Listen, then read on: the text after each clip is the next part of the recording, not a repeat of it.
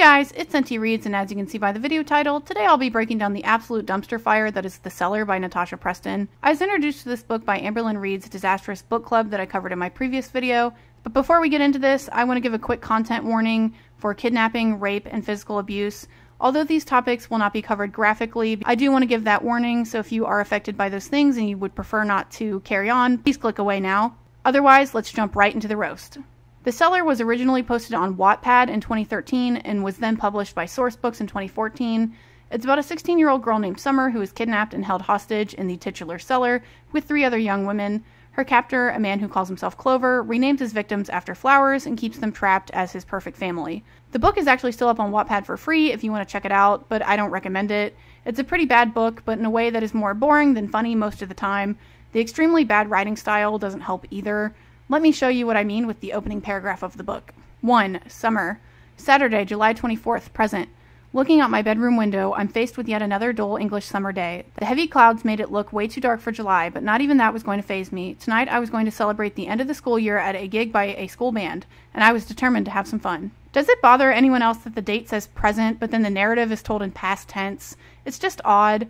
The precise date also doesn't matter to the story anyway, especially because in the narration she clearly says it's July, so we don't need to be told the exact date. Also, please correct me if I'm wrong, but isn't using the word tonight shifting to present tense? Wonky writing aside, opening a novel with a description of the weather is not a great way to start out. It's just boring.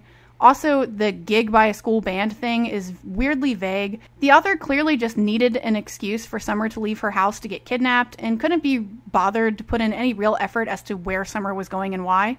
I shrugged and studied my reflection in the mirror. My hair was boring flat and never looked right. I couldn't even pull off the messy look. No matter how easy the steps to the perfect bedhead look were in a magazine, I could never make it work.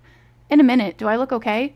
Apparently the most attractive thing was confidence, but what did you do if you weren't confident? That couldn't be faked without it being obvious. I wasn't model pretty or Playboy sexy, and I didn't have bucket loads of confidence. Basically, I was screwed and downright lucky that Lewis was so blind. I'm not like other girls. I'm not even a girl. I'm a pterodactyl. It doesn't get more cliche than mirror descriptions, but good lord is this one unbearable. Of course Summer thinks she's ugly, but don't worry, several other characters will make sure you know she's actually super beautiful, but somehow she just doesn't see it. For future context, Lewis is her boyfriend. He'll come up again in the story later. Summer leaves her house to go to the gig or whatever and gets snatched up. The kidnapper just sort of grabs her and throws her into a van without restraining her in any way. The inside of the van isn't really described, so I don't know why she couldn't just open the door from the inside and jump out during a red light. The plot suffers a lot from poor logic like that. I tried to resist as he pulled me from the van and pushed me toward the house, but he was too strong. I screamed loudly in one final attempt to get help, and this time he allowed it, which was so much scarier. It meant that he didn't think anyone would be able to hear me. The book can come off as a list of actions rather than an actual narrative, which I think is kind of shown here, and it makes it hard to build tension. And I know I'm nitpicking with this, but she says that she screamed loudly, which is redundant because screams by nature are loud. It's clunky stuff like this that only kills the tension even more. This book also has a problem with over-explaining things instead of letting the reader draw their own conclusion. Somehow Summer knows that the kidnapper allowing her to scream means that he knows that nobody can hear them instead of him just being a sloppy kidnapper. I was able to see him properly for the first time. I gulped as my heart raced a million miles an hour. He had very short brown hair that was immaculately styled. Not one single strand of hair was out of place. If his hair is very short, then how does he style it? Wouldn't very short imply that there aren't any strands of hair to stick out of place? Giving a specific name for the hairstyle would help because I'm picturing a buzz cut. And again, I know I'm nitpicking here, but there are things like this that just add up and make it so hard to be invested in this book because it's so fucking goofy. Violet's eyes widened in horror as she realized he hadn't gone down like she'd planned. This is why we should have discussed different scenarios, I screamed at her in my head. Now we were never getting near that key, and he would make doubly sure the door was locked at all times. Violet is another victim. Her name isn't actually Violet, it's just the flower name that the kidnapper Clover gave her. Just like how he renamed Summer to Lily, there's also Poppy and Rose down there in the basement with them. But if you're confused about what's going on here, Violet bopped Clover over the head with a frying pan, which basically had zero effect on him. I pulled this quote because the author frequently mentions eyes widening and uses the phrase in horror at least 20 times throughout the book, which as soon as you start noticing it, you can't unnotice it, and it just kills the tension to see the same phrases repeated over and over and over. The slap echoed through the room, and Violet hissed through her teeth, gripping the side of her face, but she didn't make a sound. How does Violet simultaneously hiss through her teeth, but also not make a sound? Cocking his head to the side, he reached into his pocket and pulled out a knife. I froze. No, he was going to kill her. He was going to stab her right in front of us. The lack of description of the knife makes it seem like he has a loose, unsheathed butcher knife ready to go in his pocket. How long is the blade? Is it a pocket knife or a big hunting knife? What is this knife? It's later described as a pen knife, which Google says is only 3 inches long, so keep that in mind. I've already given you a second chance, which isn't something I offer lightly. There are no third chances, Violet. He spoke so calmly it sent a chill down my spine. Without another word from either of them, he took a step forward. There was no hesitation when he shoved the knife into her stomach. Damn! Violet gasped hard, desperate for breath, and slumped to the floor, limp and lifeless. She was dead. I had never seen a dead body before, only fake ones on TV. I stared at her, dazed. She was dead. It was over quicker than it would have been if it were in a movie. One single stab to the stomach with a 3-inch blade is enough to instantly kill Violet. She just gets stabbed once and dies literally within 2 minutes. Hilariously, that's how basically every murder in this book goes. I think one time he might stab someone in the chest instead of the stomach, but it pretty much always goes down this way. One single stab, they just keel over, they're dead. Also, notice the cliche of, "it sent a chill down my spine," which is another phrase that gets repeated, and it just sucks. "Is he your boyfriend?" Poppy asked. I nodded and sniffed really unattractively. "Do you love him?" Excuse me, what? I just wanted to include this as a palate cleanser after that stabbing because I thought this was so funny and weird. The situation was that Clover left a newspaper down in the basement, the cellar, which happened to have a picture of Summer and her boyfriend Lewis on it because obviously the cover story is about her disappearance, which I don't know why he would leave that down there when he won't even allow them to access cable television, so it's not really explained like why he left this newspaper down there, but regardless, I don't think that I'd be worried about the attractiveness of my sniffling if I was in this situation. "Would you peel the carrots and potatoes?" Poppy handed me the peeler, which was plastic apart from the blade in the middle. It didn't look particularly sharp, but it was a possibility. Could it do enough damage, though? Knowing I was probably being watched by one or both of them, I looked away from the peeler and grabbed a potato. I'd finished peeling and chopping, so I chucked the potatoes and carrots in the water and turned the electric stovetop on. That was officially the most cooking I'd ever done. Mom would be shocked and proud at the same time. She might even check my forehead to see if I was ill. I had never even made Lewis dinner before. I smiled at the memory of the one and only time I had offered. He laughed and made a joke about not wanting to be poisoned. I was notoriously bad at cooking. Alright, so the peeler isn't sharp enough to use as a weapon, but whatever she used to chop the vegetables wasn't. Did she use a plastic knife? Would a plastic knife even cut a carrot? Also, how is Summer notoriously bad at cooking if she never cooks? Because those are two different things. Either she doesn't cook and has no experience cooking, or she is notoriously bad at cooking, which would require her to cook for them to figure that out. Does that make sense? Am I just reading into too much of this nonsense because I just overanalyze everything? Don't answer that question. For a minute, I sat in the parking lot and stroked the tulip's delicate, silky petals. No man had tampered with them or damaged them. They were pure and innocent, something that wasn't often found in this world of greed, disgrace, and self-gratification. The wrong people were protected while the innocent were left to be picked at like a lion's prey. I wanted to stop that. Of course, we have to switch to Clover's POV so he can explicitly tell us what his motives are instead of them being organically revealed throughout the story.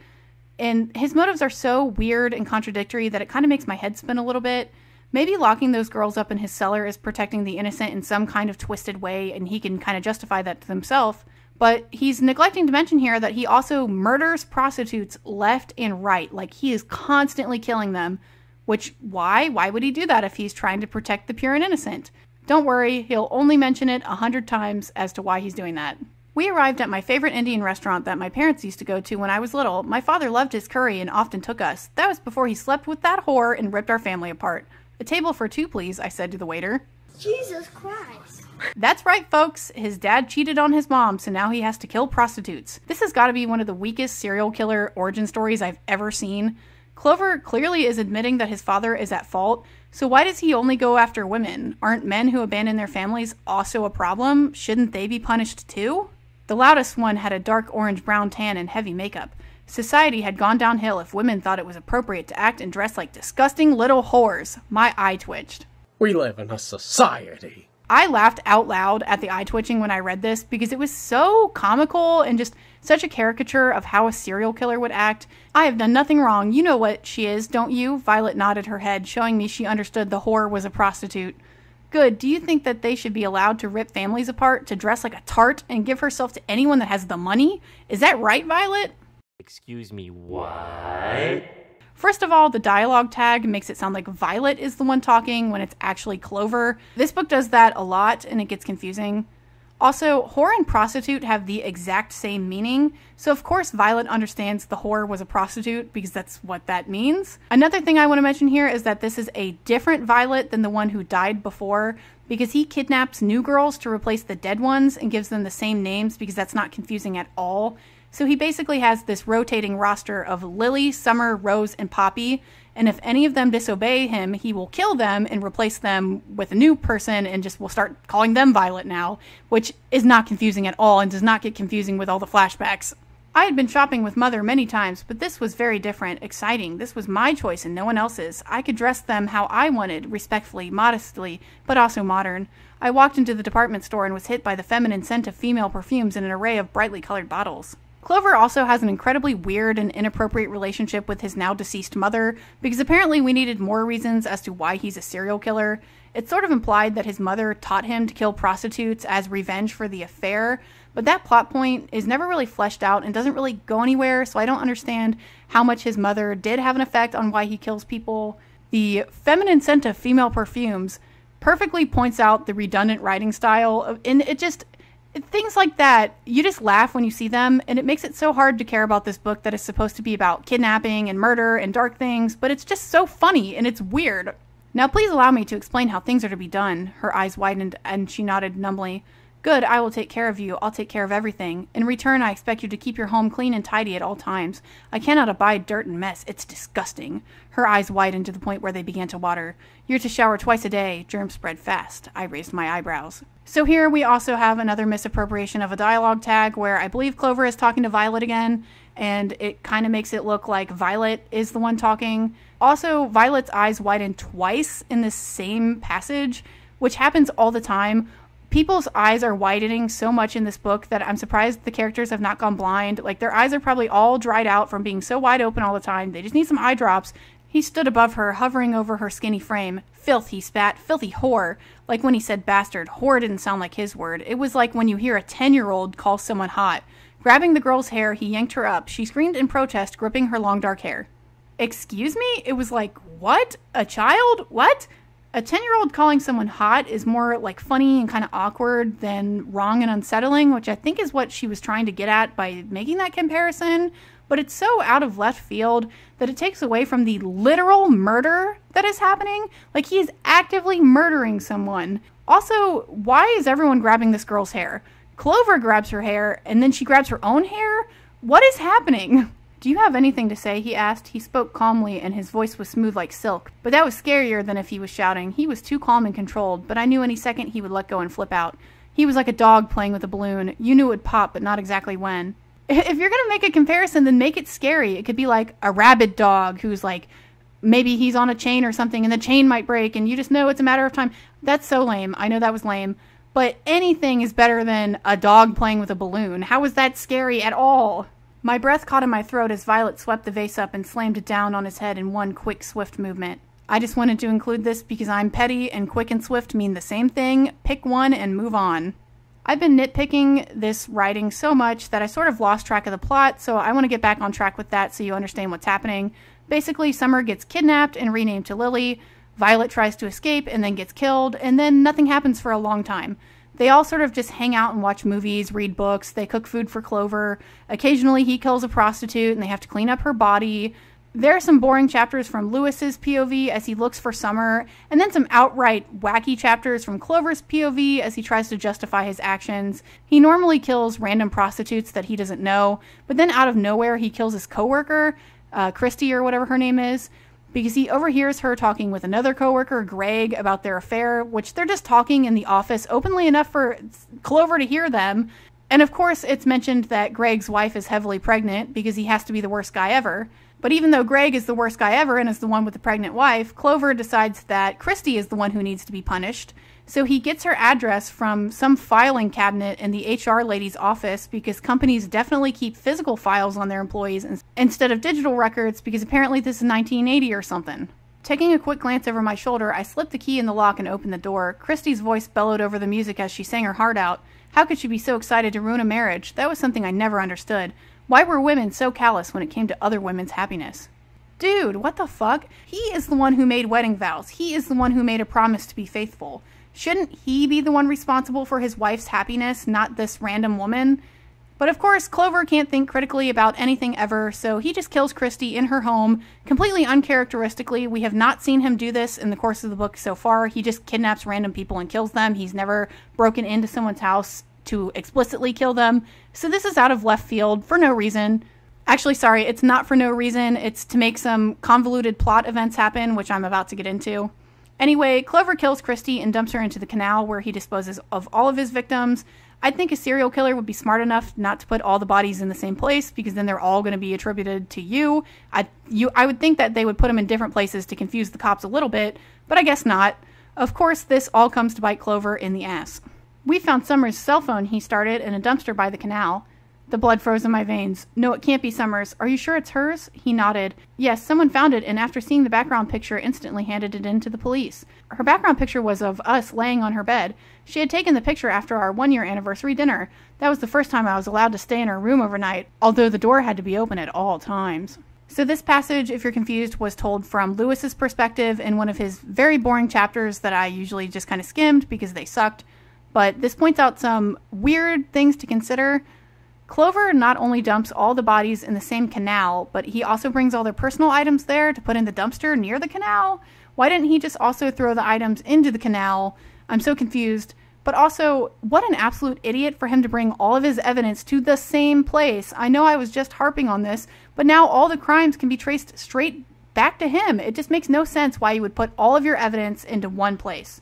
Oh, and by the way, it's been at least 5 months since Summer has been kidnapped and at the point of this phone being found. So how does it have any battery left to show the background picture? Did Clover wait to dump it for some reason and he just recently put it in the dumpster?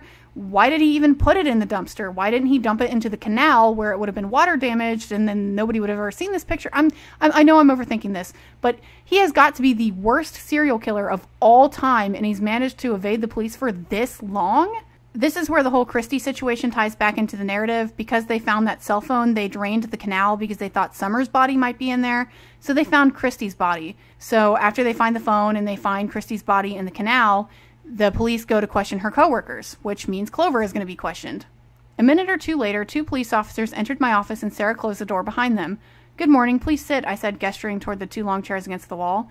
"Thank you, we won't keep you long. We just have a few standard questions to ask." I nodded. Anything I can do to help. One of them, the female officer, flipped open a notepad and clicked the top of her pen. "Thank you. I'm Detective Inspector Brooke, and this is D.I. McKinney," the man Brooke said. "Christy was a lovely woman, always willing to help, never turned you down if you needed a chat. It's such a shame she got herself tied up in that awful mess." "Mess?" the male officer asked. "What mess was that?" I'm glad that these officers come in to ask questions to a coworker, and they're not even considering Clover a suspect, because why would they? And he doesn't even introduce himself. He literally doesn't even say his name or anything. He's just like, let me immediately be weird and sketchy about this stuff that Christy was involved in. I shook my head. No, I only found out recently when I heard them argue in this office. What were they arguing about? I didn't catch it all, but Christy was saying she wanted their relationship to be exclusive. I guess she wanted him to leave his wife. Mr. Hart's wife is pregnant. I assume Greg had come to his senses and decided to make things work with his family. "And what did Mr. Hart want from Christy?" he asked. Blah, blah, blah, whatever. The rest of this doesn't really matter. But dude, what the hell? Keep your mouth shut. The last thing you want to do is say something to the police that will make them want to speak to you again at a later date. Clover didn't need to set up Greg. He could have just said he knew nothing about the murder, and because the police are stupid as hell, they wouldn't have ever figured anything out. It is so weird and suspicious that Clover is giving all this information about Greg's relationship with Christy and all this stuff he knows about them, and he's giving the police stuff that they can ask Greg about, and Greg can tell them that he's lying, or like Greg can refute some of this information. So it's just inviting doubt and stuff that Clover doesn't need to do. He doesn't need to get himself involved with this, and it's how it ends up being his downfall. It's just so stupid that he would do any of this. Greg now becomes the main suspect, to the point that even Lewis, Summer's boyfriend, immediately believes that Greg is guilty and goes to his house to punch him in the face. Despite punching a man in the face, Lewis faces no consequences because Greg didn't press charges, and this sets up a precedent of Lewis having this vigilante type behavior to try to find Summer. And even though Lewis is a total idiot, he does somehow manage to find Summer and figure out that it's Clover behind the kidnappings in the stupidest way possible. Because as I said, Clover can't help himself, and he keeps putting himself in situations he doesn't need to be in that put suspicion on him. Like, how he gets caught is that he stupidly shows up to one of the searches so that he can get information on how close they are to finding Summer, which is 0. They're 0% close to finding Summer. They don't know where she is at all. But because he shows up and he's such a fucking weirdo about being there, that Lewis just somehow looks at him and immediately knows he's the one who did it. Because he's psychic, I guess. He just looks at this weird guy and goes, yep, he's the one who has Summer. I'm just confused how Lewis came to that conclusion. And also, Lewis somehow gets Clover's address and breaks into his house to try to find Summer, which he doesn't manage to do because he's a total idiot. As I said before, he broke into the house and somehow he got the police to, like, reinvestigate Clover for some reason, which I don't understand why the police didn't arrest Lewis for breaking into some guy's house, and instead he didn't even find anything really incriminating in the house, and they just agreed to re-question him anyway. Like, I'm so confused about this situation, and it's just one of the dumbest, convoluted plot points I've ever read. As you can tell, I'm having a hard time even explaining what happened because it's just so odd. Lewis, they got a warrant. They're going in soon, Daniel said. What? Finally, how did they get it? They found him with a box of different phone chargers and women's clothing. Apparently he was on his way out somewhere with them. Lucky they turned up to re-question him when they did, or that probably would have been gone. Did he have a charger for Summer's phone? I whispered into the phone. I don't know, they wouldn't say. You mean to tell me that the police got a search warrant for this man's house because he had a box of phone chargers and some women's clothing? How did they, like, were the police showing up to re-question him based on Lewis breaking into his fucking house, and they, like, saw him walking out of the house with a box of phone chargers and women's clothes and was like, yep, that's the guy. That's all it took. I'm so confused. Like, what would have made more sense here is that they should have found some kind of evidence at Christie's house that linked him to her murder because he went to her house and killed her, so maybe he left fingerprints or blood or any kind of evidence that would link him to Christie's murder. So then when Christie was found in the canal, it would link him to Summer's cell phone being found near the canal. So all of this would tie together and make sense. This whole, he had a box of women's clothes, so they got a search warrant? Like, what? Regardless, the police are on to Clover now, and he's getting more violent and paranoid than ever. He realizes he's about to be caught and decides the best thing to do is to kill all of the girls so they can be together forever in heaven, I guess. He kills the new Violet because, of course, he replaced the old Violet that he killed because that's not confusing at all. He kills this new Violet the same exact way he killed old Violet, with a single stab to the stomach. He then stabs Poppy, but she survives for some reason. I guess she's stab-proof.